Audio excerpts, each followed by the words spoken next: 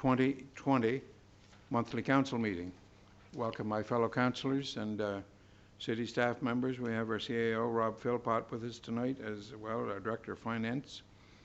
And we have Brian Harlick on the controls here, Director of Finance, Kristen Dunsford, and everybody knows all of our members of council. I believe we'll welcome too our friends on YouTube, as well as the Journal Pioneer, I think, are listening or watching, or both, and CBC and other members of the media and their viewing audience. So welcome, and is there a motion to approve the agenda?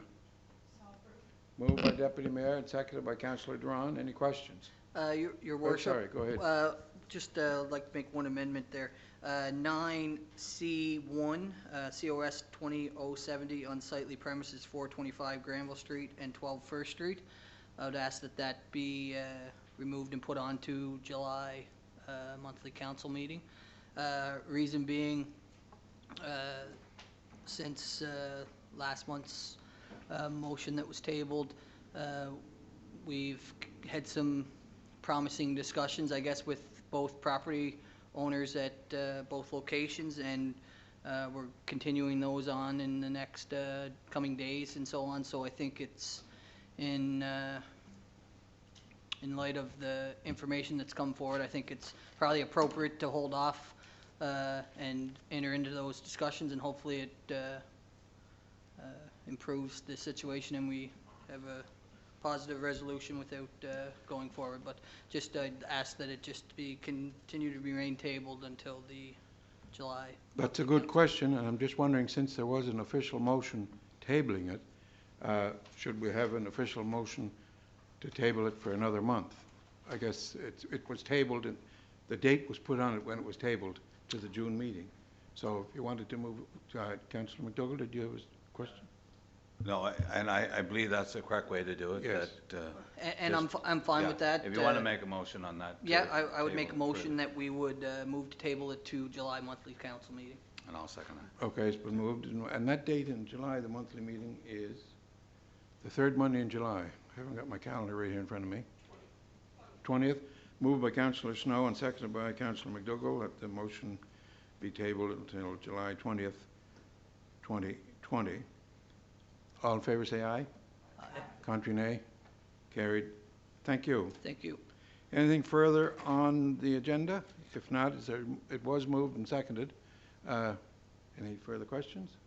Just, I got one, Your Worship. I guess just in saying that, does that imply now that there will in fact be a July council meeting? I know last year we kind of... That'll be decided, I guess, as part of the agenda tonight. Okay. So we'll... If there is when one, that comes up, that's a good point. Yeah, at that point we'll have to adjust if needed, but yeah. Anything further on the agenda? So it was moved and seconded. All in favor say aye. Aye. Contrary nay. Carried. Okay, any conflicts of interest? I do not see any speakers' lights on. Is there a motion to approve the monthly council meeting minutes of May 19th, 2020, and approval of the special council meeting of May 20, 2020, and June 1st, 2020? Moved by Councillor Campbell, seconded by Councillor McFeely. Any questions? All in favor say aye. Contrary nay. Carried. Business arising from the minutes. The only thing I'll say there is, and I guess I had it for below that, the correspondence, but this last 3 months, I didn't have any, the correspondence I had was mostly, and many of them, cancellations of meetings and those kinds of things, and we all understand why. So, but is there any business arising from those 3 minutes that were approved? I do not see any speaker lights on. And just under correspondence, I'll mention this one because it's very important. I received an invitation to a birthday, 105 years young, Margaret McNeil Cook will be 105 on June the 29th. Her niece, Barb, used to work for the Recreation Department for many years, but 105, that's certainly congratulations. And we do have it certainly is, we do have a certificate prepared to present to her. Okay. Mayor, Go- do you mind if I? Go ahead, through sure. correspondence. Well, today is a very special day for my family, Oh. and I would like to welcome Mila Ellen Broderick to the world. She was born this morning at 3:30 at our beautiful Prince County Hospital, and I just want to congratulate my daughter Chelsea and her family. Thank you. Thank you. Congratulations. Thank you. Thank you. I'm a granny. That's Anybody right. else got anything under correspondence or communications? Okay, we'll continue on, but as each councillor is giving their monthly report, if something comes to their mind they want to mention, the time will be there for that. Now, we'll continue on. It's usually the first item on the agenda. Deputy Mayor McCollum, you have a financial services report. Yes, I do. The floor is yours, Thank you. Deputy Mayor. I want to make sure my cell phone is shut off so it's not ringing in the middle of your Yes, report. Anyway, it is really nice to be back together in person with everybody, all council members and management. And so tonight I'll begin my report and just say hi to all of my colleagues and here on City Council, as well as the residents who are watching on YouTube. And we continue to analyze the impact of COVID-19 pandemic on city operations and the options available to mitigate against the loss of revenue and increase in costs being experienced. The Federation of Canadian Municipalities, which we refer to as FCM, and the Federation of PEI Municipalities, which is referred to as FPEIM often, have been gathering information from municipalities to present the impacts to the other levels of government as they develop programs and funding opportunities to address these effects on the municipalities. We continue, in addition to the approximately $210,000 that the city has spent on the $25 rebate that was processed in April on April utility bills for all customers within municipal boundary addresses. The following was put in place in March to assist utility customers who may require additional support and will continue until further notice. No late payment charges will be billed until further notice. To date, waived penalties amount to approximately $30,000. There's no disconnections of utility services for non-payment. It will not be done until further notice. We encourage customers who are unable to pay their utility bills to contact us at 902-432-1230, and we will develop a flexible payment arrangement with that customer.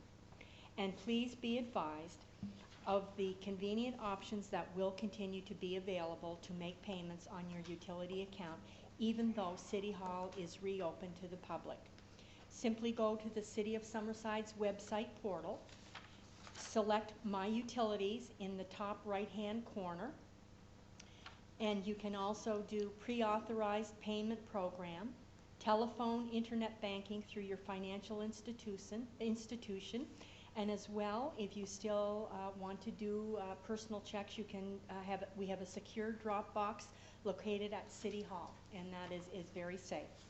Currently, we are preparing for our year-end audit, and we'll present our 2019-20 financial statements in the next few months.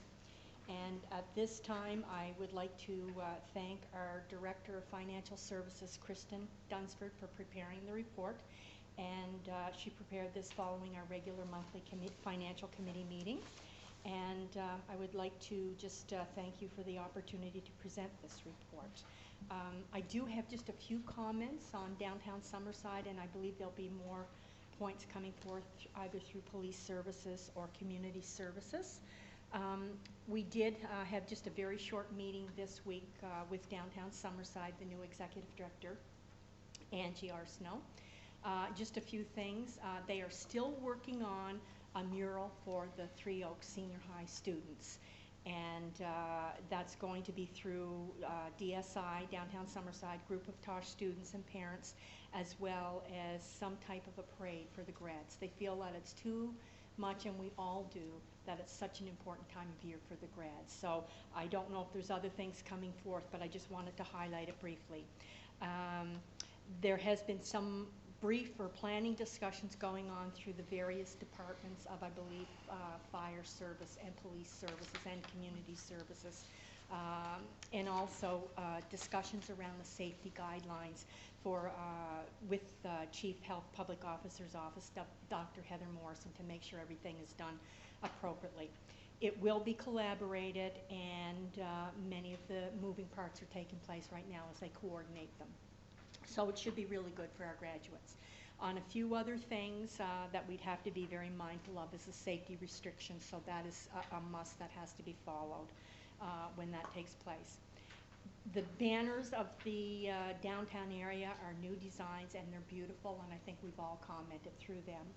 And again, as I said, through Councillor Corey, there may be other things coming forward on things that are taking place through community services, but the plants and the flowers, they will be eventually hung, and the benches are going out. The new welcome sign that we heard about is really great, and I think that kind of came as a nice surprise for everybody.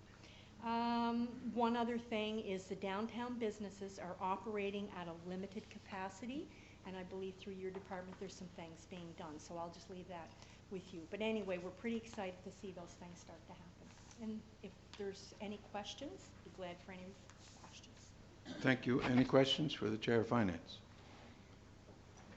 I do not see any speaker lights on. Thank you, Deputy Mayor McColman. We'll continue on. Tech Services, Councillor Justin Duran. How are things in Tech Services? Busy, I know. Always busy, Your Worship. Still moving upstairs in Tech Services, and it's certainly good to be back and good to see everybody.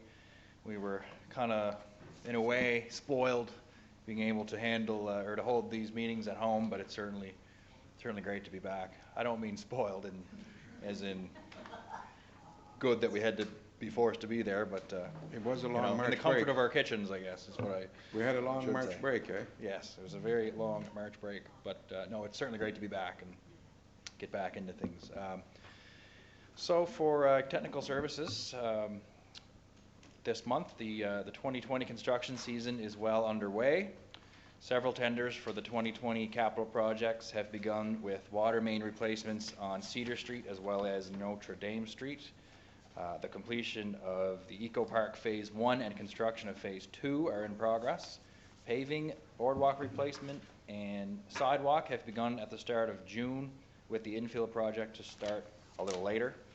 We update our section of the city's webpage to follow along with the locations and status of these major projects. Staff continues to review and assist the public with pending developments and building permits to be issued for this year. We held a number of public meetings for a few rezonings and subdivision developments. A number of new developments are about to start.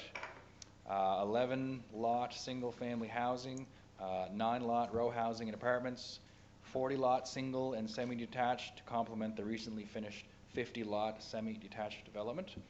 These developments are spread over different areas of the city, so it's good to be able to offer a variety of new housing types within the entire city. During the last number of weeks, our staff continued to work remotely, but our office is now open. We encourage people to continue to send in your information electronically, as you've been doing through these last couple months, and if you need to see somebody, please call ahead for an appointment to ensure that you're able to meet with somebody. We will continue reviewing all information submitted and respond back to these submissions if any additional information may be required for your permits. 39 building permits with a value of $2.5 million were issued for the month of May. We issued 3 semi-detached, 2 single-family, also 3 to 4 each for interior renovations, additions, and accessory buildings, 9 fences, 7 decks. Staff have continued to work with developers and citizens in order to complete inspections on existing projects and also to have permits processed to allow for the restart that we are now seeing. Several developers are still reaching out to staff for assistance with their proposed projects for 2020. Staff will continue to work with these developers to bring these developments to the permit stage. Citizens are also encouraged to ask for assistance with their projects that they may have planned for 2020. And That was submitted a couple days ago to me by Director of Technical Services, Aaron Mcdougal. So thank you very much, Aaron. And if there are any questions, I will try my best to answer them. Councillor Campbell? Not a question as much as a comment. I feel left out a lot when there's things going on in my ward. Is there any way when there's building permits passed out or inquiries or additions and stuff like that, if it can be forwarded to the councillor so we can have a communication gap? I get asked by a lot of people what's going on here and there, and then when you say, well, I don't know, it's kind of... Though I know Mike Straw forwards the building permit reports every month. It's something that, I mean, it's the big list of everything in the city is on it, but like it's not separated by ward. I don't know if it's separated by the amount of the permit or alphabetically by street or whatever, but I know Mike, and maybe it's just me and vice chair that he sends it to, but I don't see any reason if that's the case why it couldn't be sent to all of council. But I think what his point is... everything is in those reports. I think what your point is, and I think I know, he'll send, it comes out at the end of the month, but if there's a big hole being dug in his ward the second of the date of the month, he doesn't find out until the end of the month. Right. I think what you're asking is when something is taking place that the councillor in that ward know about it, just so they know about it. And a lot of people are upset because of communication problems. It's not over the project lots of times as much as it is not knowing and concerned about it and don't know where to turn to and that type of thing. So maybe at the time of application for the permit, if we were given a heads up to, if that's, would that be acceptable maybe to everybody? Yeah. If And that's I think, something that staff could do. Even a weekly update. Or a weekly update, yeah. Especially Rather this than time a of year summary when at the end of the everything is so busy. It's crazy out there. Yeah. Yeah, that's a good idea. I wouldn't mind seeing those myself. Sure, yeah. I think Councillor Snow had a question. Your light's on. Yeah, I have a question, and I'll say I agree with Councillor Campbell. It's always nice to know if whatever's going on in your ward. So if we can get that heads up, that'd be great. So the question I had, it was you talked about in your report about fences. I'm curious as to the process of making sure that residents are getting the permits and the proper fences are being erected and not just whatever type of fence somebody wants to make, because I think if we looked around, there'd be a wide range of fences being built, and unfortunately for some neighboring properties, it's not the best. So is there a process to make sure that people are following our guidelines as to fences? Well, with everything, whether it's a fence or like myself, I went through it last year with a shed. When you apply, you are visited at least once, I guess, depending on the size of the project, by, I guess it was Mike Straw that did my visit. What, sorry? The building officer, building inspector usually would make a visit. No, I don't know. And I'm not trying to put you on the spot, but I guess I'm wondering if that permit is not requested and there's a fence being erected. Without a building inspector even knowing that it's going up. Without a permit, right? We have that process to have them erected appropriately and yeah, I guess that's my question. Yeah.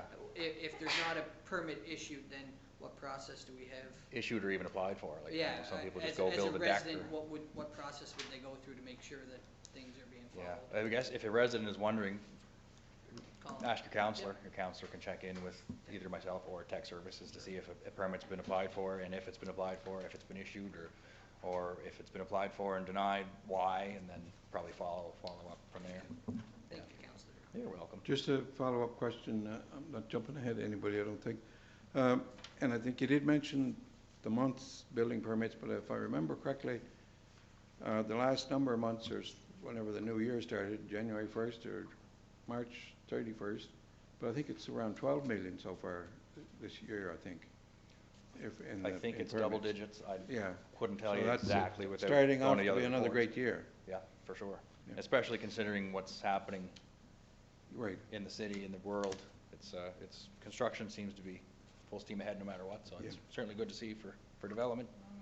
Thank you, Councillor Drawn. Thank you. Any further questions? If not, we'll continue on to Councillor McFeely. You have the planning board report, and I see a resolution. I do, Your Worship, thank you. Resolution coming forward from Planning Board from its June 2nd meeting. And the resolution is COS 20-069, dated today's date, June 15th, 2020. Moved by myself, Councillor McFeely, seconded by Councillor Adams. Whereas an application was received from Beverly and Kent Marchbank for 136 Harvard Street, PID number 315390, to allow a 2-unit dwelling to be placed 3.35 meters from the rear yard property line. And whereas section 17.5 of the City of Summerside zoning bylaw requires a minimum setback of 5 meters from the 2-unit dwelling to the rear of the lot line.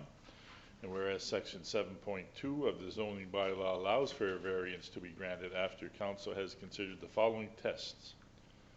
Variance application shall be considered by council, planning board, or the development officer as applicable against the following tests for justifying a variance. All applicable criteria must be met. A, that the hardship is due to unique physical conditions of the lot or property, including small lot size, irregular lot shape, existing building location on the property, or exceptional topographical conditions which make it impractical to develop in strict conformity with the bylaw standards. Exceptional topographical conditions may include but are not limited to trees, slope of the land, etc. B, that the proposed variance meets the general intent of the official plan. C, that the proposed variance meets the general intent of the zone. D, that the proposed variance would not impact negatively on adjacent properties or on the essential character of the surrounding neighborhood, including taking into consideration any comments from neighbors.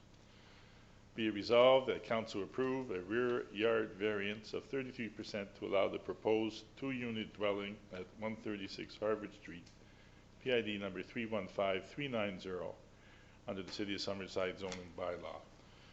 And this bears the recommendation of the Planning Board meeting of June 2nd, 2020, Your Worship. Moved by Councillor McFeely and seconded by Councillor Adams. Any questions on the resolution? Question, Your Worship. Question? Okay. Councillor Snow and then Councillor or Deputy Mayor Coleman. So it says variance application shall be considered by council, planning board, or development officer as applicable against the following tests for justifying variance. All applicable criteria must be met. So in number A, it says that the hardship is due to unique physical conditions of the lot or property, including small lot size, regular lot shape, existing building location on the property, or exceptional topographic conditions which make it impractical to develop in strict conformity with the bylaw standards. Exceptional topographical conditions may include, but not limited to, tree, slope of land, etc. Where it says it must all be met, I don't know if it is met. When you just read that, I'm thinking back on the Discussion. and I don't, when I read that, I don't know if the application meets all those requirements, where it says it must be met. Like when I'm reading the wording and then I read A, the application, I don't know if it meets that requirement, and if they must all be met, then I think we're, I don't know if I'm splitting again, hairs, but just when yeah, you read it, and I don't know either, except that I think the issue, as I understood it, was the setback on the Harvard Street side of things. They were so close to the road there, so this would allow them to move the building back. That would give them more frontage. So one could argue that it does meet the, I would want to get staff's confirmation, but it does meet the small lot yeah. criteria that's being listed there. Gotcha. Thank you. Unique physical characteristics of the lot. Yeah. That's where it meets it. Is that right? Okay. Thank you. And when you say the development officer, I think the development officers allowed up to 10% that they can work on their own without coming to council. Thank you. Okay, moved by Councillor McFeely and seconded by Councillor Adams. Your Worship. Your Worship, just Sorry, yes, another question from... I guess I just wanted to speak to it because one of the residents in the ward did send in a letter and just express some of the points in his letter. And I really thought about it. I drove around a number of times looking at it, but I think just as our CAO has pointed out, the unique physical characteristics of the lot bear a lot on it.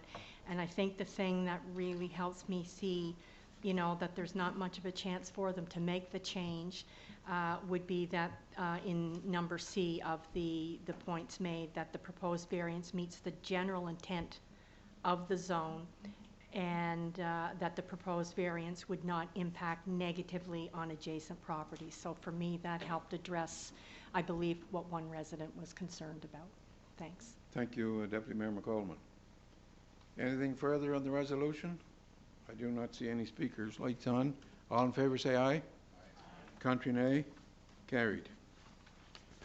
Okay. Is that all you have at this point, Councillor McFeely? That's it from the planning board. I have an economic development brief report. Okay. Is anything further from the planning board? And I note that there was, the report is not included in the package, Your Worship, so. The economic development report now? Yeah.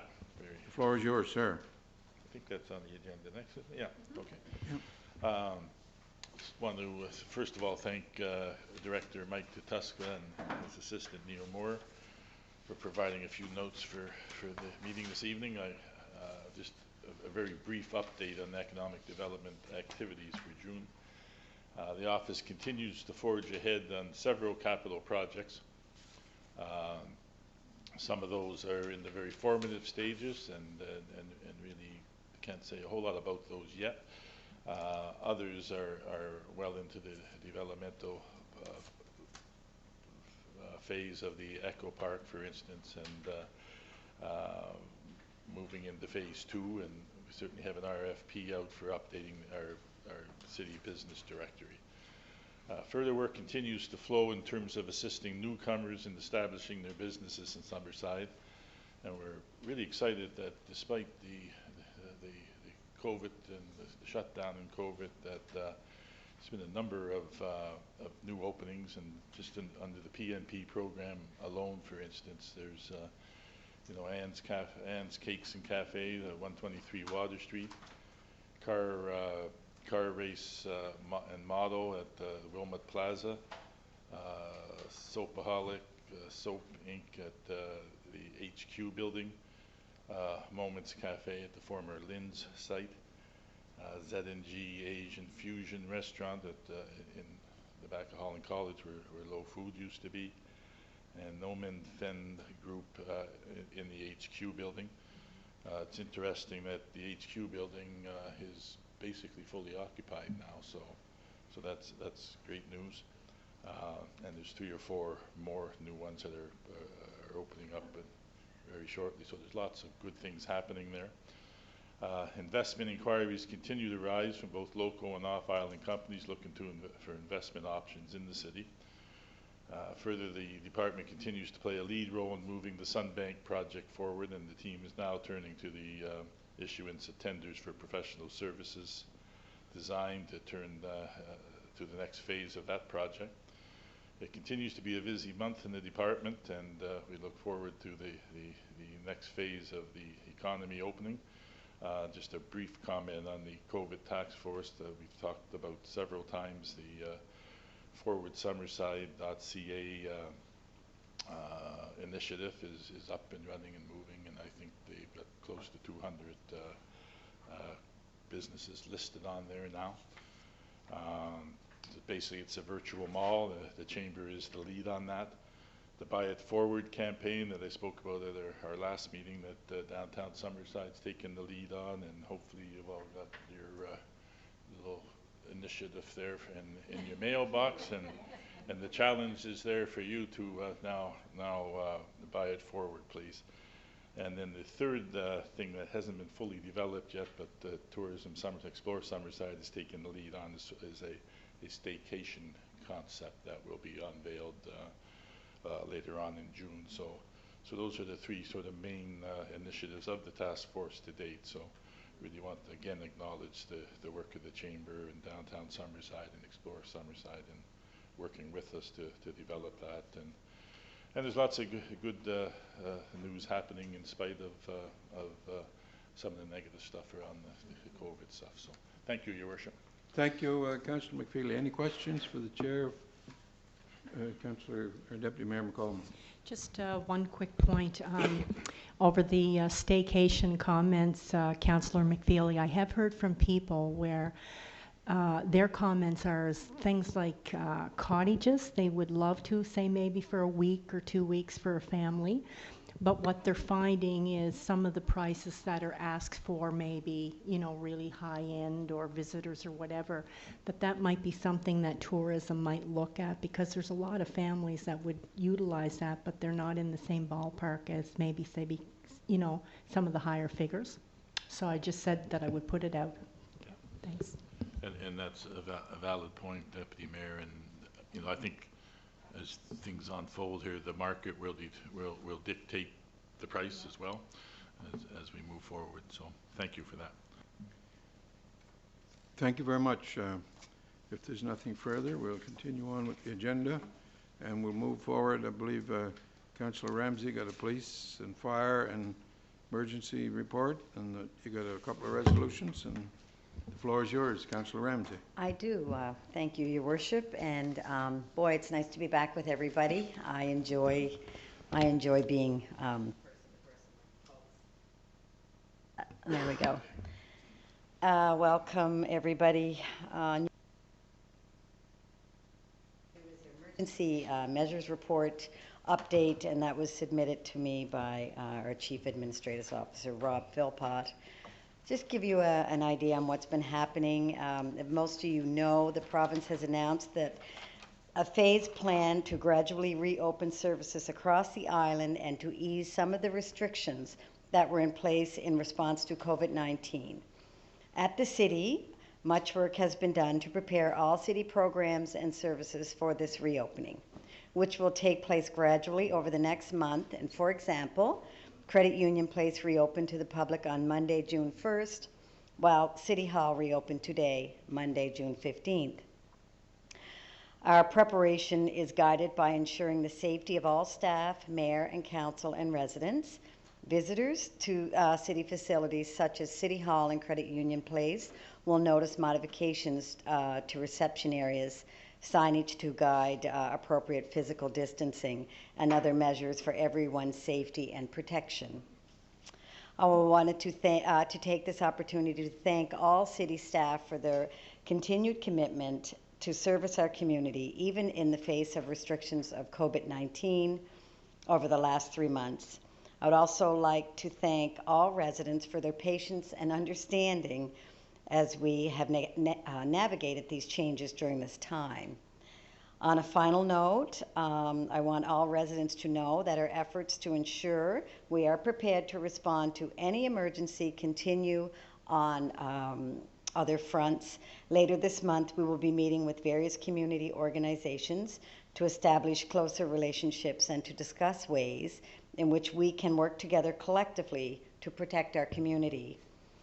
It is part of our commitment to ensuring the safety of all of our residents and the broader community. Thank you, Mr. Philpott, for that report. Does anyone have any questions on that? No? Okay, great. So then I will just move into police services. Report for May 2020. Committee and volunteer work, and there were a number of meetings for police services during the month with the province, health, and other police agencies on PEI. They were all conducted through teleconference. Police services had some of their staff work from home during the month as well. And police have been responding to concerns from public health for self-isolation, etc. And they were also assisting the province on Tuesdays for 24-hour shifts on the Confederation Bridge. Training and service enhancements. One member has been continuing his management course through McMaster University throughout May, and he expects to have it completed by the end of June. And Constable Lorna Duer finished a course from Dalhousie University on leadership and management in policing. So congratulations to Lorna. Community policing activities, there weren't any because of the coronavirus for the month of May.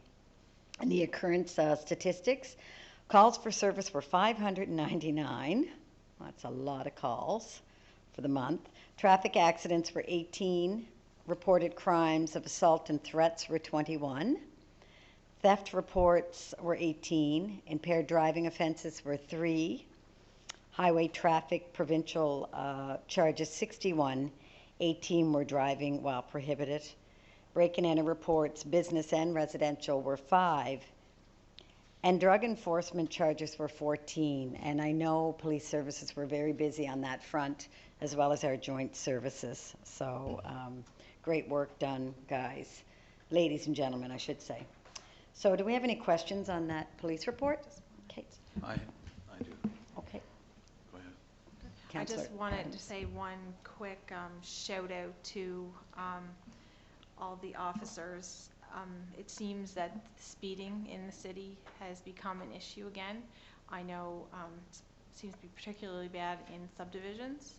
I'm not sure if it's more noticeable because more children have been home during the day and they're out playing sooner than they would be, but the calls, it's unfortunate these calls have to be made because when these calls are made, they're taking away from other more serious business that the officers could be doing, but they are very timely when, you know, they come out and check on it and everything. And I know there have been, you know, they followed up on any that I've heard of, and there have been, you know, not so positive results for some of the drivers, but it's amazing, sadly amazing, how many people speed in subdivisions, like visitors and residents, and we don't want it to take something serious to happen. So, you know, the summer's just starting, so I really hope people, you know, we sort of slow down. Get on top Slow of down. it, because, yeah, slow Yeah. down. So. Yeah. And thank you, Councillor Adams, for that. And that was something that I was going to bring up as well, because I've received a number of calls on speeding and people going through stop signs, and we've gotten some video, and you know, so police services are working on that, and some of the feedback that I've got from the residents are they're pleased with the feedback they're getting, or with the services that they're getting from police. So thank you for bringing that up. Thank you. Councillor. Yes, thank you. And mine is, again, around speeding, especially around the Bayview Drive area. And do we still have our portable dolly? I think if we could request that to be put out on Bayview Drive for a time. And I've also had reports of speeding on Mackenzie Drive. And I think since we put that loop in, they seem to be able to keep doing the circle, and they seem to be in a hurry to get home. So, yeah, so I would request that the speed dolly be put out by Bayview Drive, if possible. And there was a conversation we had a while ago around the signage, flash and signage down here by the apartments, the speed sign, the flash and speed sign. I thought we were moving it up South Drive further.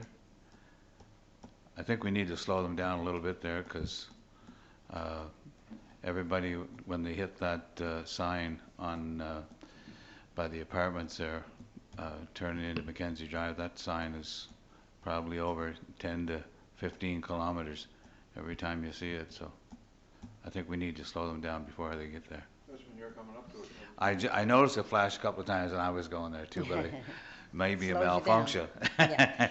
Anyway, thank you. Thank you, Councillor Mcdougal, and again, I appreciate councillors bringing this issue up, because it has been something that seems each summer that we you know, when the weather gets warm, that, you know, for some reason the traffic begins to fly. But anyway, Councillor Snow. Yeah, I'm on the same train as Councillor Adams and Councillor Mcdougal. Unfortunately, I'm getting complaints along the boardwalk, Councillor Mcdougal, where you're wanting to remove that sign. So I'm fine with moving that sign if we have another sign in that area, so I'd be more apt to maybe get a sign, an additional sign, because I think we gotta start looking at whatever and every resource we have, because I've been receiving a number of complaints around Elm Street School, down Northumberland. These are really significant areas with kids and children, so, and then of course along the boardwalk where we have so many pedestrians walking. So I totally agree, it'd be great to have one farther up, and hopefully we, instead of removing one, because then I'm sure the issues will continue down my way, so if we could find somewhere.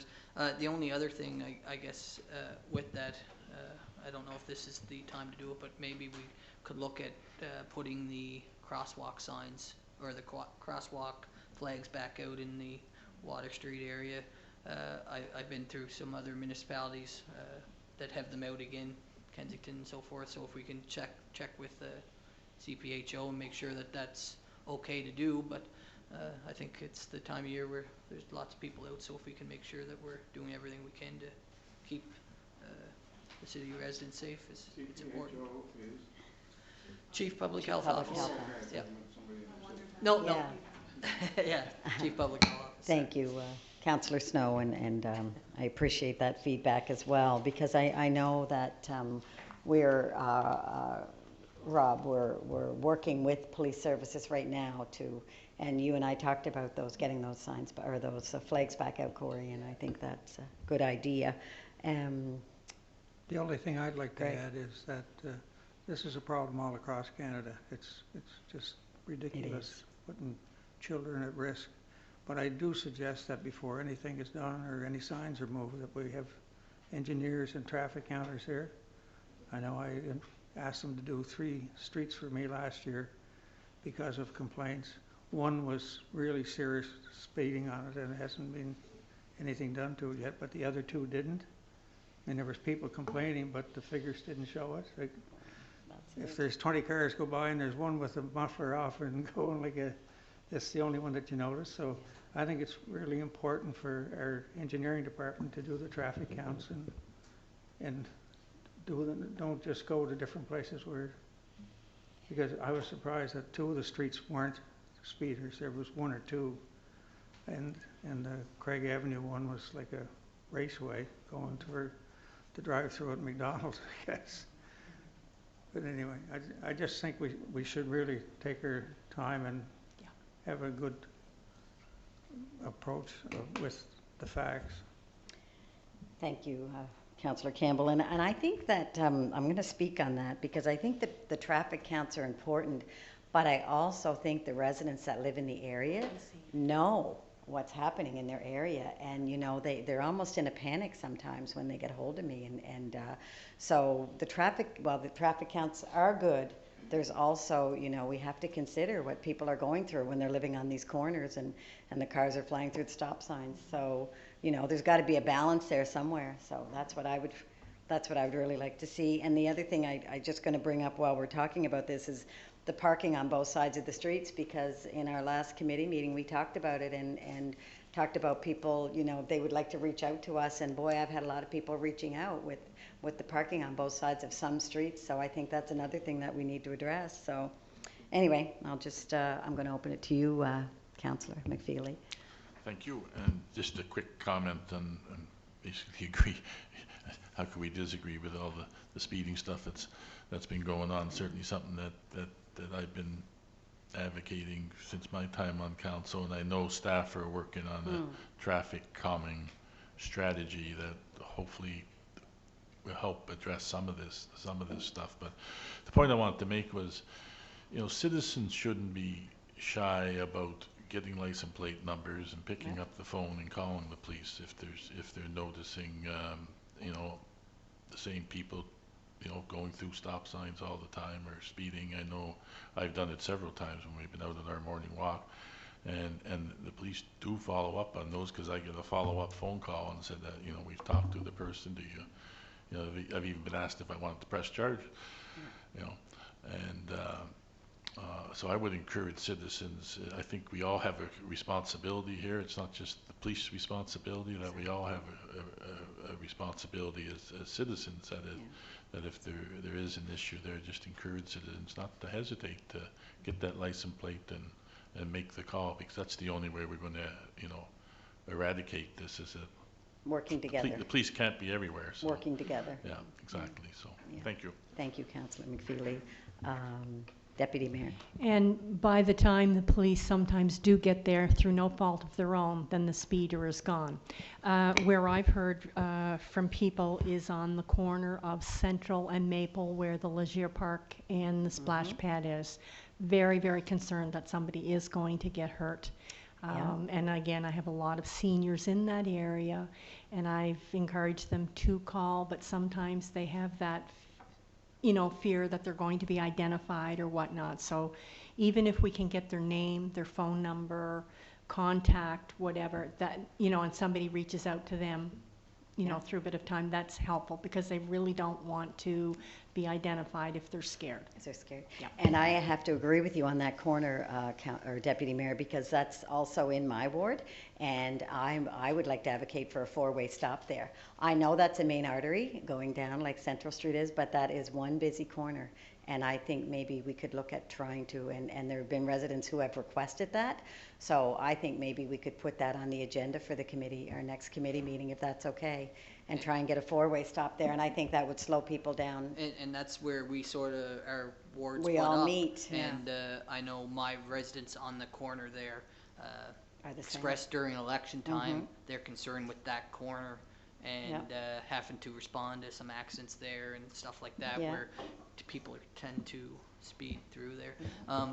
Listening to all this conversation, it lends me to think that we really need to try to get Traffic. people out handing out more tickets, because as a young driver, when I got a ticket, I tend to slow down, and I really think that the more traffic enforcement we can do, I know our police services are extremely busy and do the best they can. They can't be everywhere, as to Councillor McFeely's point, but we really need to, as we're hearing these areas, get the police themselves, our speed radars. I'm not too certain they work for people like myself who, I might be going 5 over or 10 over, and I see it and, oh geez, I'm speeding. But somebody that's speeding because they want to speed probably look at it and see if they can get it to go faster.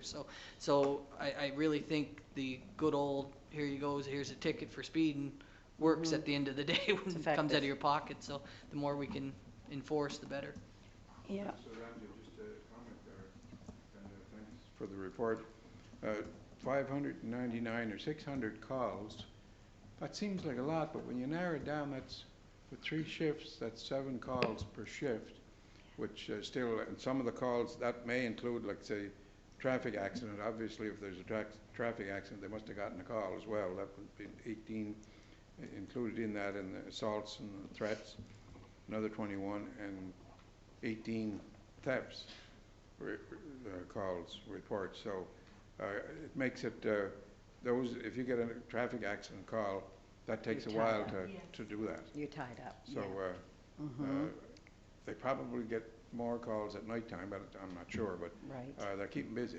They're keeping busy, and it would be nice if we could have a traffic section, because all our complaints are on the same issues, right? So it would be really nice that we could get something going there, and maybe that's something we can talk about, for next year's budget or whatever. But I would really like to see that happen. I So think as Councillor McFeely had mentioned, that the CAO is arranging to have a setup for a traffic calming situation, and I believe maybe the Deputy CAO, Gordon McFarland, may be heading that up, so it's a good idea. It's a good idea. It's a great idea. Yeah. So Councillor, are there? just one last question. Oh. His worship just sort of. Oh, sorry, Councillor. Your comment just sort of got me thinking. So that 599 calls for service. Do we back those other ones out of that number, or is those other numbers added on top of those? So is it actually, 700 and some like, how's that, what's a call for service? Does that include traffic accidents? I would imagine it That would. would be obvious Yeah, service, I so I'm think. just trying to figure Yeah. out Yeah. if it's a different, under a different Number. category, and then those have their own category, their own calls, so Yeah. that's what I was wondering. And thank you, Councillor Snow. Councillor Duran? Thank you, and thank you to your worship for bringing up that traffic calming idea that we're working on, because I just wanted to, just in case there's anybody watching or listening in the Slemon Park area, it's one of those areas, again, when we get to talking about it, what's owned by the province and what's in their jurisdiction and what do we have, but I was speaking with Deputy CAO Gordon last week about the traffic calming and different areas of the city and different options and problems, and Slemon Park came up, and there's no shortage of calls coming out of Slemon Park for speeders, and a lot of people mentioned there were some speed bumps there installed a couple of years ago before the province took over ownership of the corporation, and they haven't been put out since, and a lot of the residents were asking about them because they were extremely effective. Everybody loved them. You practically had to slow down to nothing to get over them, but nobody had any complaints about that because it really was helping the speeding issue up there. But just if anybody up there is listening or watching, we are currently having the conversation with Deputy CAO Gordon and the province, and to see if there's anything we can do to get those back out there, because the province does have a policy on what municipalities can do on their roads that the province owns. Right. So we're having chats with them now, just in case anybody's wondering. Thank you. Thank you for that update, Councillor Duran. So if there aren't any more questions, I do have a resolution moved by, Do you have another fire department report too? well, the resolution's on the police. So I was Okay, just yes, going to go do ahead. that and then Sure, move go into ahead. fire. That's okay? Yes. So the resolution moved by myself, Councillor Ramsey, and seconded by Councillor Greg Campbell. Resolution, be it resolved, Appendix A of CS-27, traffic and parking bylaw be amended so that 2 parking spots be marked as no parking at the lower end of Rufus Street east side near Water Street. This bears the recommendation of Police Services meeting of June 2nd, 2020. So it's moved by Councillor Ramsey, and who second? Seconded by Councillor Campbell. Councillor Campbell. Okay, you've all heard the resolution. Any questions or Any comments on questions the around resolution? that, guys? Councillor Brown.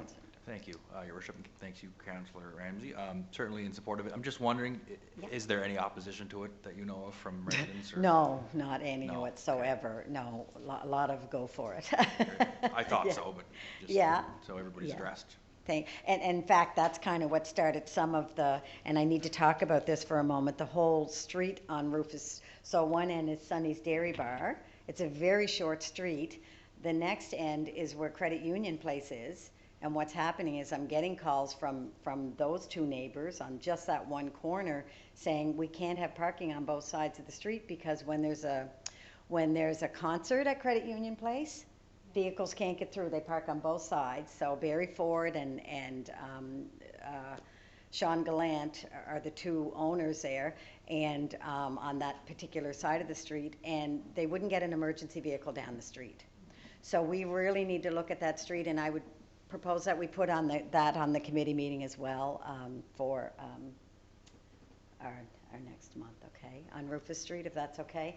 So that I did want to add into this, and Councillor Snow. Just to that point, I don't disagree with you. There's lots of narrow streets and parking on both sides, but I thought at our last committee meeting we talked about bringing any streets forward to our police and fire and asking them to go out and take a measurement of it. So we're not just talking about it, but obviously that street's been brought forward, and maybe in the meantime, leading into our committee meeting, police and fire can go out and do their measurements and say, because I think that's a very valid point.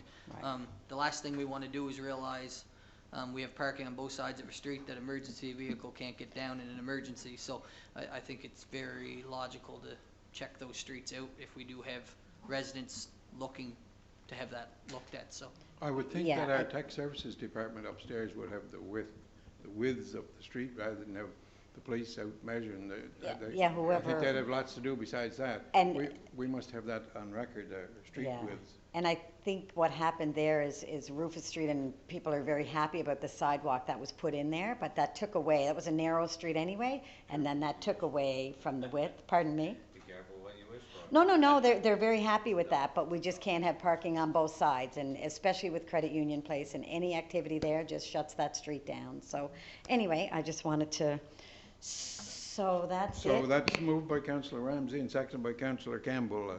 We talked about it, we nearly forgot to vote on it. Yes. So all in favor say aye. Aye. Contrary nay. Carried. Thank you. Okay. Thank you, everyone. So now I'm going to move into Fire. fire. Our fire service monthly report for May. There were 19 calls for assistance during the month of May, and there were as follows. One medical first responder call, a motor vehicle accident, 4 alarm panel calls, 1 miscellaneous call, 1 structural fire, 3 outdoor fire violations, 6 mulch fires, 1 site smell of smoke, and 1 cancel call. Because of easing COVID-19 restrictions, firefighters are back to training within their own companies, and during the month of May, there were 9 training opportunities totaling 17 hours. They did truck maintenance training, car fire training, ladder jaws practice, ladder work, test foam, gas meter and cascade system training, hose training, training tower, and cat rental pre-plan. I'm not sure what that one is, but maybe Justin. What is that one, Justin? They demolished the old cat rental building across from Livingston Steel. Okay. So before they did that, they opened it up to us to go do a practice in. We had it filled with smoke and fire, and it was a Oh. nice, more realistic training exercise than what we're used to. And then the next day, they brought out the bulldozer. So Well, It's good. great, yeah. Well, that was nice. Thank you, Councillor Duran, for explaining that. As I was reading it, I wasn't really sure. So the owner of the building demolished it themselves? that I don't know. Okay. And also Chief Inman and City Council would like to take this opportunity to welcome 5 new recruits to the fire services, and they are Danny Moyson, Ben Gallant, Sam McCarville, Mark Richards, and Jeremiah Henderson. Welcome, guys, to fire services. And Chief Inman would also like to publicly announce and welcome Pastor Corey Summers to the Summerside Fire Department. Pastor Corey will serve in the capacity of chaplain for our firefighters and their families. He will provide spiritual and personal counseling to firefighters, and his goal is to simply be a presence, offering support, encouragement, compassion, and care during the many challenges faced as firefighters. Great to have Corey on board. So on behalf of the mayor and council, we welcome you. And I want to thank Ken Culleton. This report was submitted by him, and he's the admin assistant for Summerside Fire Services. And that pretty much covers fire. If anyone has any questions for me on that. Okay. No questions? No. So those are my reports, and thank you, everybody, for listening. Thank you, Councillor Ramsey, for your reports. And we'll move on to community services. Councillor Snow, the floor is yours, sir. Thank you, Your Worship. I'd like to start by thanking Community Services Director J.P. DeRozier, who compiled the report. For the month of May, Credit Union Place remained closed to the public due to ongoing pandemic surrounding COVID-19. That said, as part of Phase 3 of the Renew PEI Together platform, on May 25th, the Community Service Department announced Credit Union Place would reopen in a limited fashion on June 1st in accordance to guidance and regulations put forth by the Chief Public Health Officer. Credit Union Place staff worked to prepare the facility for its reopening by ensuring proper social distancing and hand washing would be enforced, along with plenty of signage throughout the facility to remind users of the guidelines recommended by the CPHO. A new floor plan for the fit stop was established to meet these standards as well. On June 1st, the Fit Stop walking track bowling lanes reopened in a limited basis for 15 people per hour and by booking appointments in advance. The Fit Stop continued to offer free online fitness classes 7 days a week at various times throughout the day throughout the month of May. The Parks and Green Space Division, along with the maintenance staff from Credit Union Place, continue to beautify, clean, and prepare the city's green spaces for summer months ahead. As part of Phase 3, some of the city's recreation facilities reopened, including playgrounds, tennis courts, and the pickleball courts. The turf field and the ballpark also reopened and are available to user groups. As the Community Services Department facilities and operations remain in Phase 3 of the Renew PEI COVID-19 plan, the online tracker continues to be updated to inform the public on what is open or closed, along with any additional details or guidelines for each. Although we continue to navigate through the unprecedented times, staff continue to work and plan for the days ahead to ensure the facilities and operations are prepared for reopening and the guidelines that will follow. That is my report, Your Worship. If there's any questions, I do have a few other comments just through Community Services, but if there's any questions, I'll take those. Thank you, Councillor Snow. Councillor Mcdougal, you had a question to the chair? I just have one question or a comment. The boardwalk, thanks to the staff down there, they're doing a great job. The boardwalk replacement is going along great.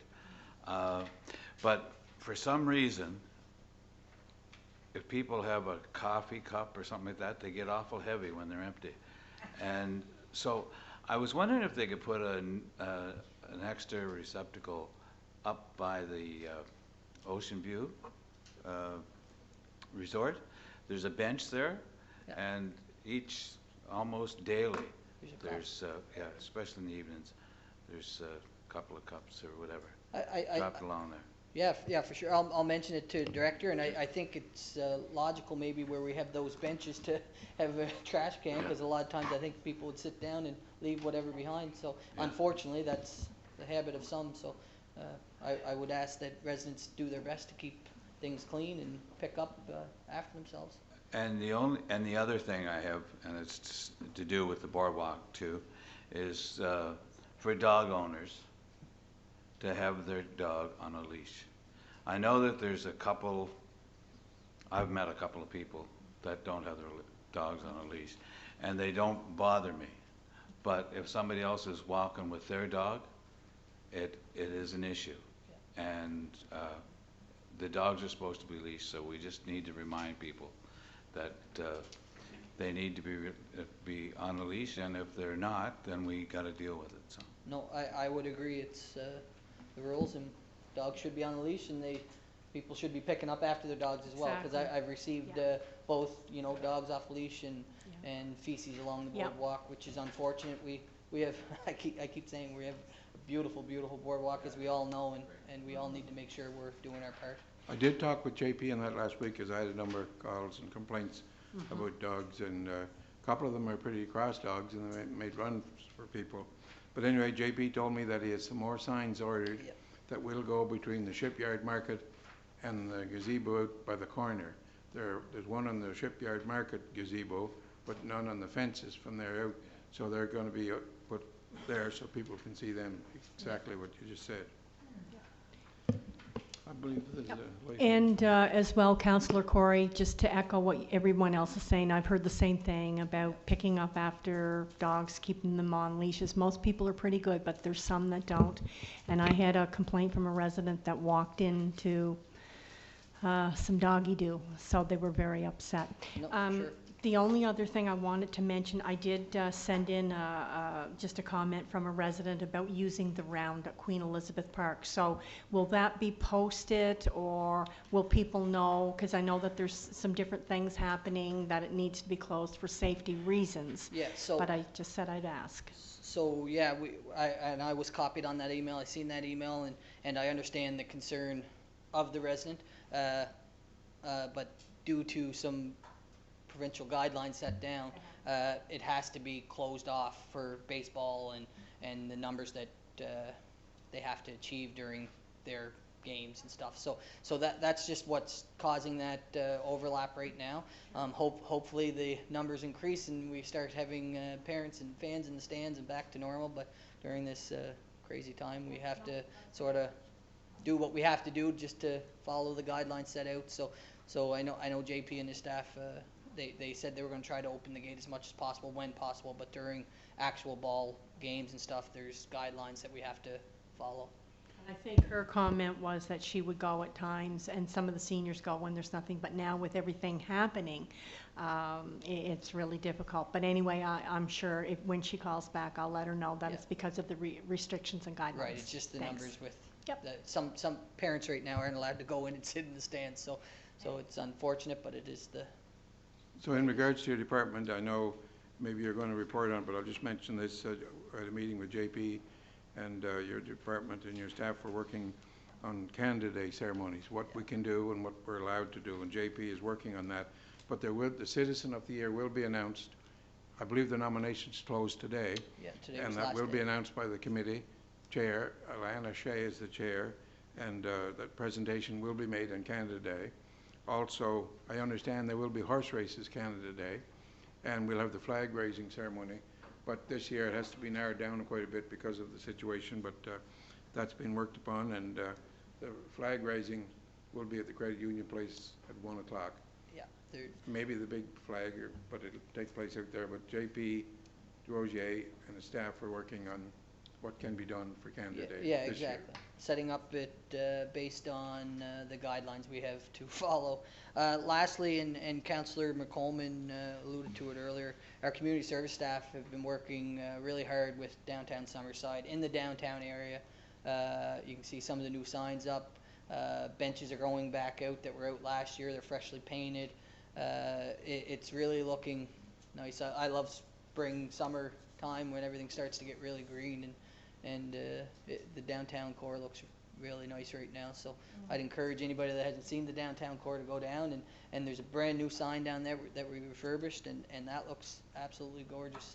So hopefully we continue on, and again ask our residents to make sure they're taking care of our city as best they can.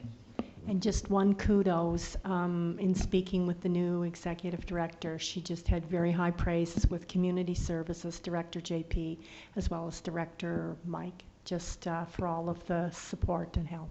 So thank you. It makes sense that we all work together to achieve what we're looking to, so it's perfect. Thank you, Councillor Snow.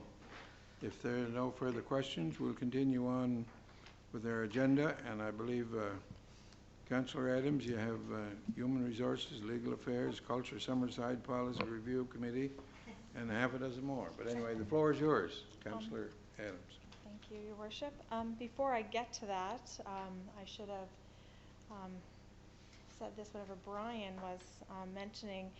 It's the 5th anniversary of Go Girl Fashions, and she wanted to Paulette Barkey is the owner, and she wanted to send out a thank you to the city for continued support. Just a little bit of history. Paulette has always had a passion for the fashion industry. She started Go Girl in August 2009 by doing pop-up sales in Summerside 2 times a year. As the business grew, she felt it was time for a brick and mortar location. This would allow her to regularly engage with customers and the business community of Summerside. And she's located in the Edmund Audio Video building there beside Home Hardware. With the encouragement of her husband and family, Paulette opened her permanent store in May 2015 and is proudly celebrating her 5th anniversary. And she has just signed another 5-year lease. Good. So that's great news in Brian's ward. And 2016, they introduced the fashion, Brian doesn't know, introduced the Fashion Mobile, a ladies' boutique on wheels. The fashion, this brings shopping to the women all across the island, from Tignish to Surrey and to Charlottetown. Paulette loves providing women with great fashions, and the girls in there, like when Nikki and Arlene and them are there, they're great to help you out. So also the guys, if you need any assistance, they'd be more than happy to help you. Thank you. And congratulations to Paulette and everybody. So I'll just move right into HR and legal affairs. City staff have continued to adapt to the realities of COVID while providing municipal services over the last number of months. Our departments have been busy with springtime cleanup, beautification work around the city, as well as all the normal development and construction work that ramps up this time of year. Our staff have performed over the last number of months, and we thank them for that. It's been a different time for everybody, for sure. We currently have a job competition open for our Director of Finance position, as well as an internal competition for ice maker within community services. And today was the first official day that City Hall was back open. So doors are open, it's business as usual, and like was mentioned before, if anybody's looking to speak to somebody in particular, you're urged to call ahead. And just if anybody from the public comes in, just a reminder to practice physical distancing. And that's it for that portion, Your Worship. If anybody has any questions? I don't see any lights on. Okay. The floor is still yours. Keep going to Culture Summerside. The following report captures some highlights of Culture Summerside activity from mid-May to the mid-June time period. Culture Summerside staff have returned to the regular office space and are making the required adjustments regarding COVID-19 restrictions for the scheduled opening of spaces to the public. Culture Summerside, in partnership with Wyatt Heritage Properties, Inc., have submitted a revised plan for the 2020 Summerside Arts Festival and are waiting on approval. Staff are working on the relocation and install of a temporary Fox Museum exhibit for the summer months. It will be located at the McNaught History Center and Archives. Staff are researching and writing on various topics for upcoming exhibitions. 3 summer staff have been hired at Culture Summerside for the summer. They will be handling booked appointments at the museum sites. Culture Summerside staff are currently working on the revised Summerside Lobster Carnival event, which will be entitled A Seafood Taste of PEI Kitchen Party. Manager of Heritage and Cultural Properties, Lori Ellis, met with senior members of the Summerside and Area Historical Society to discuss the planned changes at the Summerside Armory. And that's it for culture. Anybody have any questions? I don't believe there have any questions. Okay, keep going. Bylaw Policy Review Committee. Despite the restrictions brought on by COVID-19, the business of the municipality continues in many areas. One aspect of the BPR committee work has been focused on the taxi bylaw. The committee has discussed proposed amendments to the bylaw, and the next step will be to meet with industry representatives to seek their input on these proposed changes. This will take place once the restrictions are lifted, and a recommendation on the proposed changes will then be brought to council. CAO Rob and I had talked just briefly, and he's going to be making contact with those representatives in the coming weeks to set up something, and it's going to be everybody all together at once, so in the same room. So that's why we were waiting we were able to get all the industry stakeholders together. Ongoing policy work. The committee will continue to assess areas within city policies and operations that merit further review. This will involve a combination of priorities for review identified by council, as well as staff suggestions on areas for follow-up. We will keep council apprised of our progress. One such area that we'll turn our attention to in the weeks ahead is the topic of short-term property rentals and how this is impacting the availability of housing in general. Municipalities across the country are challenged with this issue and of how best to appropriately balance the need to promote a healthy business and tourism climate with the need to maintain an adequate supply of housing options for our residents. The issue of housing supply, short and long term, has taken on added significance in light of the challenges posed by COVID-19. We will research this issue in the weeks ahead and bring back ideas to council for consideration. And that's everything. Anybody have any questions? I don't. Oh, there's a question from Councillor Ramsey. I don't really have a question. I'm just happy to see the taxi review, bylaw review moving forward, because they continue to contact me, I guess I should say, and I know that they're anxious to see this through. So yeah, thank you for that report. I appreciate that. the thing was, we felt it was fair not to have one-on-one meetings because we thought it was best just to get them all in the same room and work everything out where everybody is, let everybody hear each other's stories, so then everybody knows where everybody is, so.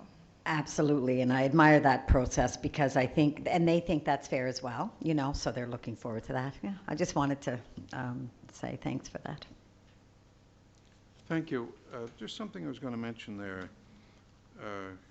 Probably should have been under community services, but we had a good meeting with the harness racing people a couple of weeks ago, and working on getting, I guess it has been announced, working on getting the races started here, and I believe the 26th of June, I think, and as well Canada Day, but they're working on a number of things. So it was a very good meeting. Myself and our CAO, Rob, sat in on the meeting, and we had the president, who's a lady from Moncton.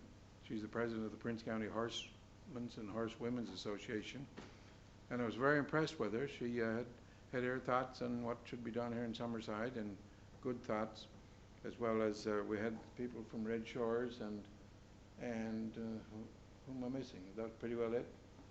We had about 5 people. But anyway, it was a very positive meeting, and so things are starting to fall into place there. And Your Worship, on that note, tomorrow, Tuesday, track is being resurfaced too at Yes. Red Shores, so work will be done this week and end up on Friday, and hopefully their dust will be kept down, as I do tend to receive some complaints about that, but I know they're trying their best to keep that down. Thank you. Okay, we'll continue on. Councillor Bruce Mcdougal, how's the street sweeper working? Great. Awesome. Sure. Awesome. We'll report on that in a second. It's great to be back in the chambers here, and we especially want to thank the management and staff for their great work while we were all Zooming, yeah, and it's great to come out of that COVID-19 closet and be back here, so thank you very much for all the great work. I have a report that was submitted by Director Greg Goody, and new stop signs are being installed later this month on Baglow, Merriam, and Baglow and Matheson to try to abate speeding in the neighborhood. East Drive speed bump was maintained and reinstated to normal height. She gives quite a thump. I tried it out. Roadway patching continues throughout the city and is expected to be complete by mid-July. Sidewalk block hazards replacements are about 50% complete and are expected to be finished by mid-July.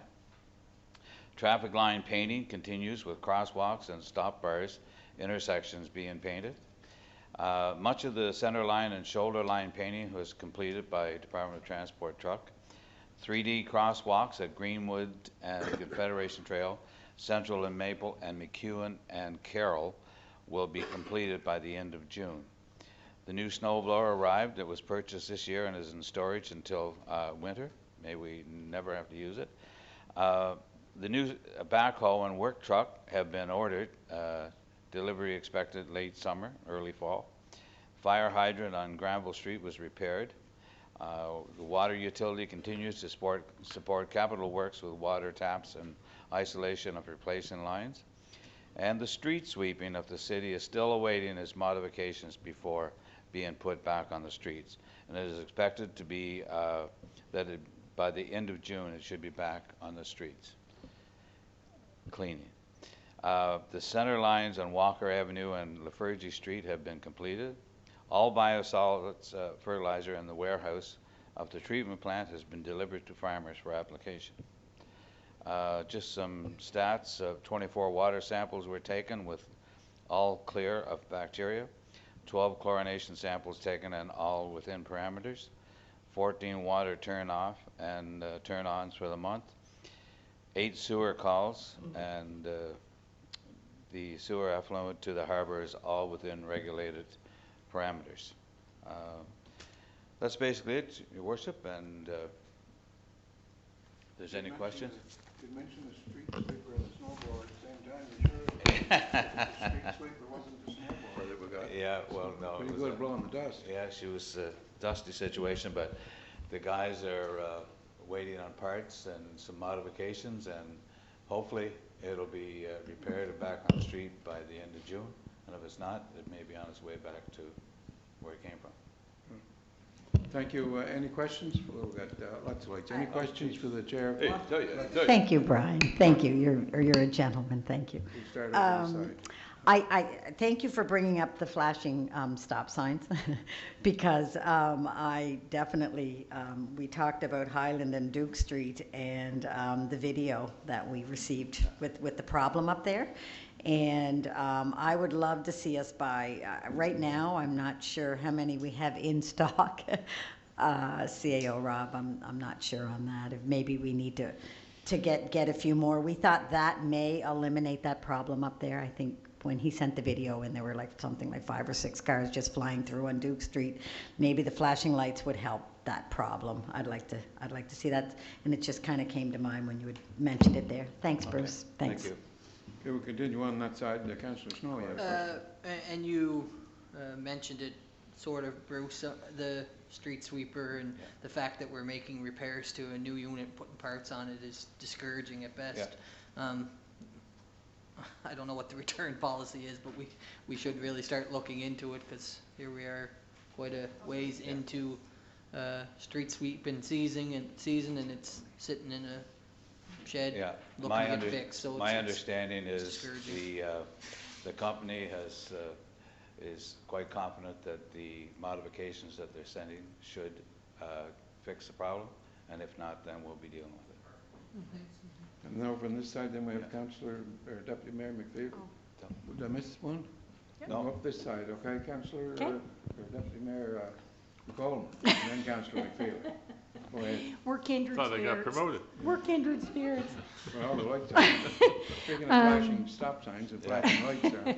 I have a question, Councillor Bruce. I remember back a few years ago, we talked about looking for some type of a source of use or sale for seaweed, and I'm just wondering if you could check on that, maybe for the next monthly report or whatever, because Was it well, sale, there was sale some, for the seaweed? yeah, like maybe for, I don't know, there had been some discussion trying to find a source of use for resale Yeah. of it, and I wondered if We- you checked to see if there's anything that's happened on that. Yeah, I believe they're checking into it, but I'll follow up on that. Thank you. Councillor McPhail. Just a quick comment, and thank you.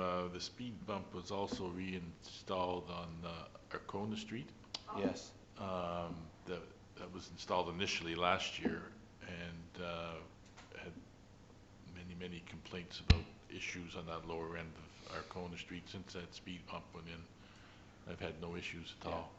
So thanks for getting that reinstalled. And, you know, there's some would suggest that speed bumps don't really make a big difference in speeding. All I know is I don't get the complaints now I used to get. Well, so the one on East Drive works. I almost lost a filling. So. I'm just going to respond to that speed bump if I can, because I'm waiting for one on Wood Avenue, and I know Sold it. we put one up there last year. It's just a short street, but there are many children there, and we took it out for the winter, and they're asking to have it back, and I'm working on getting that back there, Bruce, because there's too many little children.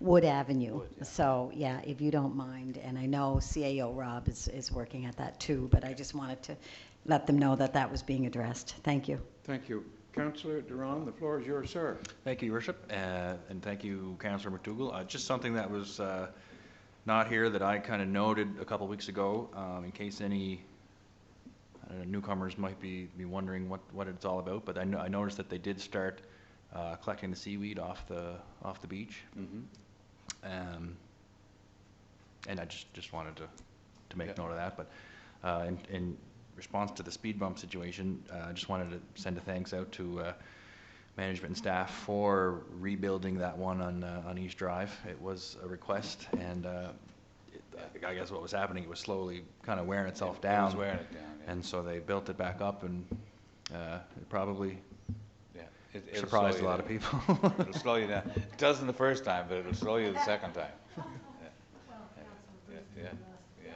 Yeah. Any other questions? Well, I was just going to say that one on Wood Avenue could be a Be one of the, okay, yeah. Okay. Just seems like a coincidence that we're installing speed bumps and filling the potholes at the same time. Yeah. Building, yeah. Okay, that's all I have, your worship. Thank you. Thank you, Councillor Mcdougal. How are we doing here now? We got electric. We have the gentleman, the councillor with the largest budget in the city. Ready to kill a while. Councillor Campbell. Thank you. The floor is yours, sir. How are the windmills doing? You get lots of wind last I month. had a little trouble with one there for a day or two, but We're going got too it going fast? again. I'd like to thank Director Greg Goody for this report. Operations at the utility has returned to normal as of June the 8th, 2020, whatever normal is now. The cooling pond at the power plant has been drained and repaired for its annual maintenance. Traffic signal improvements were made on Walker and Granville intersection to direct pedestrians to push buttons. Wi-Fi hotspot repaired on Water Street. The newly renovated service building is to be completed this month, and councillors are welcome to visit in the later part of July. That's all done. The following developments are progressing to completion: JMK Fish Mart, new seafood holding facility, Simmons Avenue subdivision, that's up my way, 70-unit Water Street apartment building, renovations at 94 Ottawa Street, and Putter's Lane's secondary connections are nearly completed. And here's the good news: 61.1% of our electricity came from wind this May, which I think probably the highest yet. And that's with that. I wasn't joking. There was a windmill that was down for a day or two. Generator run hours are 7.9. 10 new electric customers energized this month. 2 electrical service upgrades. 11 customer outage events for the month. And a part of those were up my way too, and I think might be a couple of crows that have been tripping some switches up there on it. So. And 3 Heat for Less Now appliances have been sold for a total now of 434 appliances. Good. And that, worship, is your report. And we'll be getting in touch with the councillors over maybe a little bit of a tour at the end of July of some of those.